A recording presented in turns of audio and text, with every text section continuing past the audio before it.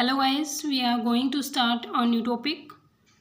Topic name is International Marketing Orientation and it is a topic of chapter 2nd, Orientation and Involvement book.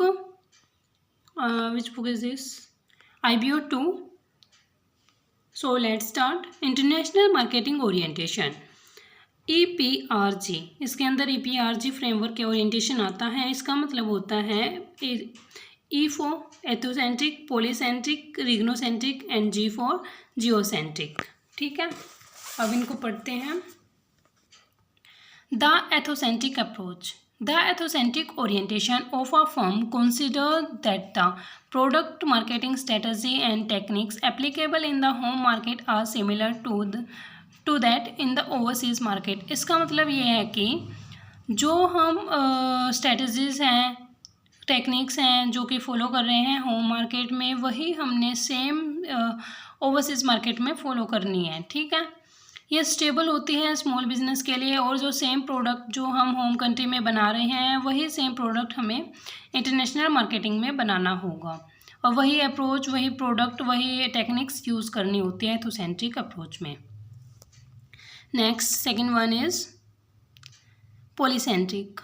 When a firm adopts polycentric approach to overseas market, जब एक firm polycentric approach को overseas market में adopt करती है, it attempts to organize its international marketing activities on a country to country basis.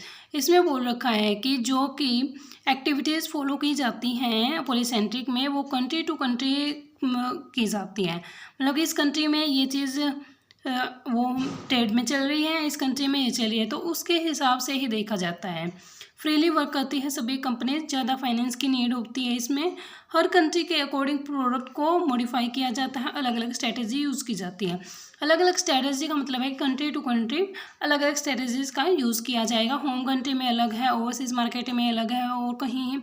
ठीक है, तो सभी जगह अलग अलग स्ट्रेटजी का फॉलो किया जाता है, और कंट्री को देखा जाता है कि यहाँ पर किस चीज़ की डिमांड है, क्या ट्रेंडिंग में चल रहा है, क्या कल्चर है, उनके हिसाब से ही प्रोडक्ट को बनाया जाता है. Next one is regiocentric. Regiocentric का मतलब होता है कंट्रीज़ को ग्रुप में डिवाइड कर देते हैं, उनके कल्चर के अकॉर्डिंग ही उसको.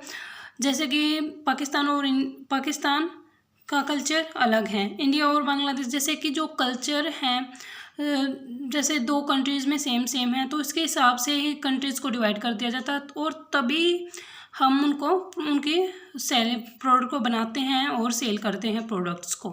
ठीक है, पाकिस्तान, इंडिया और बांग्लादेश का अगर सेम कल्चर लग रहा है आपको, तो आप सेम प्रोडक्ट से बनाओगे. ठीक है, अगर मान लो कि कैसे जो बाहर की कंट्रीज़ हैं, कनाडा, अमेरिका, ऑस्ट्रेलिया, ये कंट्रीज़, अगर आपको इनका सेम कल्चर लग रहा है तो वहाँ पे जाके आप ट्रेड करोगे, और तीनों में जो सब्सिडीज़ हैं उनके कर सकते हो, अपनी कंपनीज चला सकते हो वहाँ पे.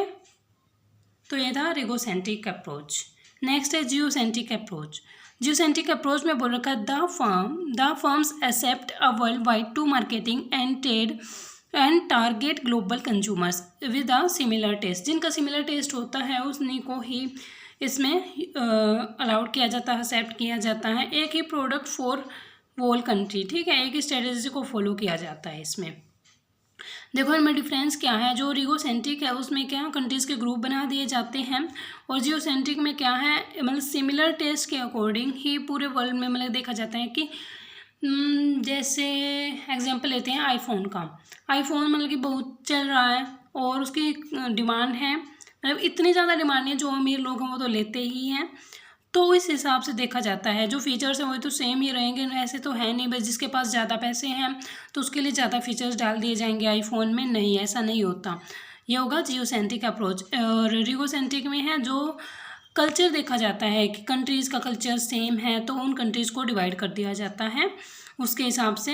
नेक्स्ट पॉलीसेंट्रिक में कंट्रीज़ टू कंट्रीज़, मतलब सभी कंट्रीज़ का अगर आपको अलग अलग लग रहा है कल्चर, तो आप सभी कंट्रीज़ में अलग अलग प्रोडक्ट को बनाओगे. एथोसेंट्रिक में क्या था, एथोसेंट्रिक में था कि होम कंट्री में भी वही स्ट्रेटजी फॉलो की जाती है और ओवरसीज़ मार्केट में भी अलग की जाती हैं.